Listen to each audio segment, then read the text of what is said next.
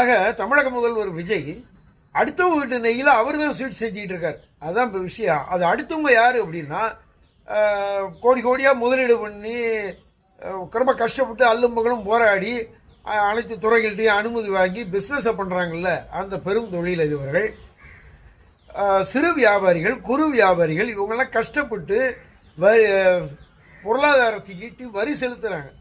இந்த வரி பணமெல்லாம் யாருக்குமே உதவாத ஒரு பக்கமாக நீங்கள் பாய்ச்சி விட்டீங்கன்னா, அந்த உதவாத பக்கம்னா மக்களை சொல்லலை, உதவாத ஒரு திட்டங்களில் நீங்கள் பாய்ச்சி விட்டீங்கன்னா இது என்ன அர்த்தம்? அதை நீல அந்த திட்டத்தில் அரசு மருத்துவமனையில் குழந்தை பத்துங்கிறவங்களுக்கு தான் அப்படிங்கிற மாதிரி ஒரு விஷயத்தை சொல்லியிருக்காங்க. இந்த அரசு மருத்துவமனையில் தான் பெற்றுக்கணும் அப்படிங்கிறத நீங்கள் யாரும் கட்டாயப்படுத்த முடியாது. ஏன்னா இன்றைக்கி அரசு இந்த ப்ரெக்னன்சி கார்டு வாங்கிக்கிட்டு இங்கேயும் பதிவு பண்ணிவிட்டு பணம் கிடைக்கும்னு ப்ரைவேட் ஆஸ்பத்திரியில் பார்க்குறவங்க தான் அதிகம். இப்போ என்ன ஆகும்னா, வருங்காலத்தில் தனியார் ஆஸ்பத்திரி முதலாளிகள்லாம் ஒன்றா சேர்ந்து இது சிக்கலாக இருக்குதுங்க, எங்கள் பிஸ்னஸுக்கு இழுபறியாக இருக்குது, அதனால் எங்கள் இதுக்கும் விரிவுபடுத்துங்க அப்படின்னு சொன்னால் அதையும் செய்யலாம்.